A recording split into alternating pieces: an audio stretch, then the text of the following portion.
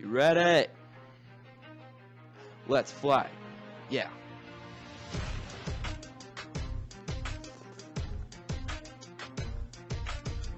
For those of you that want to know what we're all about, it's like this, y'all. Come on. This is 10% bolts, 20% aluminum, 15% engines, making it movable, 5% people, 50% propane, 100% reason to keep flying the planes. Yeah.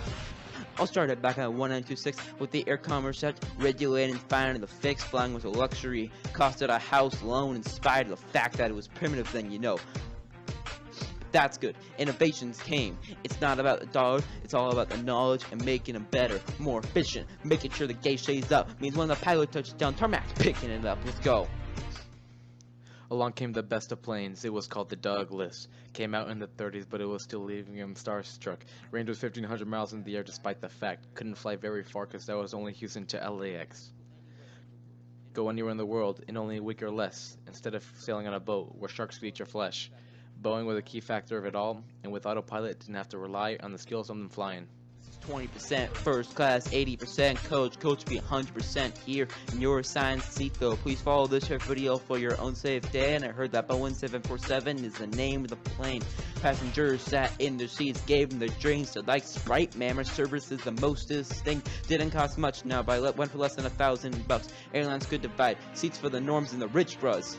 This is 10% bolts, 20% aluminum, 15% engines, making it movable, 5% people, 50% propane, and 100% reason to keep flying the planes.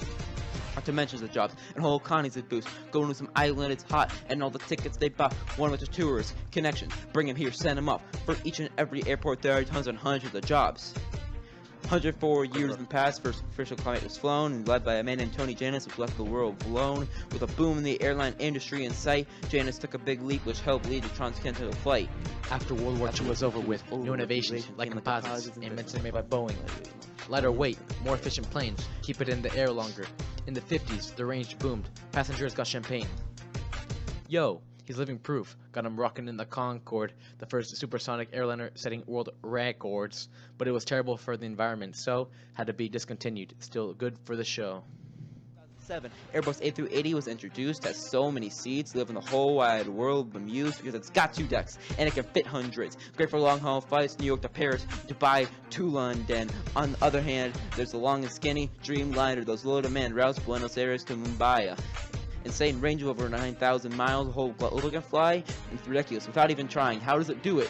It's 10% bolts, 20% aluminum, 15% engines, making it movable, 5% people, 50% propane, 100% reason to keep flying the planes. Yeah, it's 10% bolts, 20% aluminum, 15% engines, making it movable, 5% people, 50% propane, 100% reason to keep flying the planes.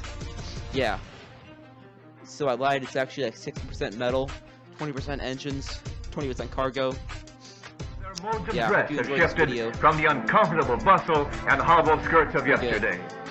Day and night, these mighty ships of commerce fly the air lanes from Atlantic to Pacific, spanning the nation in 15 hours.